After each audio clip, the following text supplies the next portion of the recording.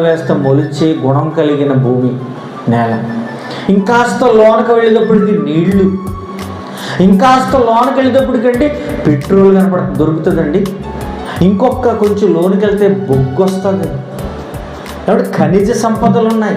ఇవన్నీ దేవుడు ఒక క్యారేజీ లాగా ఈ భూమిని సిద్ధం చేశాడు.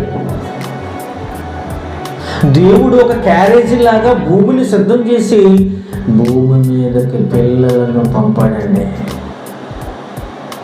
భూమి మీదకి తన పిల్లలను పంపాడు. ఎందుకో తెలుసా?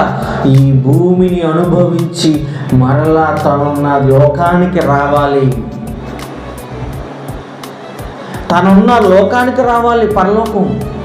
ఈ క్రమములో నీ జన్మేంటో, నీ జన్మ విలువేంటో తెలుసుకుని ఆయన కొరకు బ్రతకాలనే భూమి మీదకి మనుషులను పంపించాడు. తెలుసండి.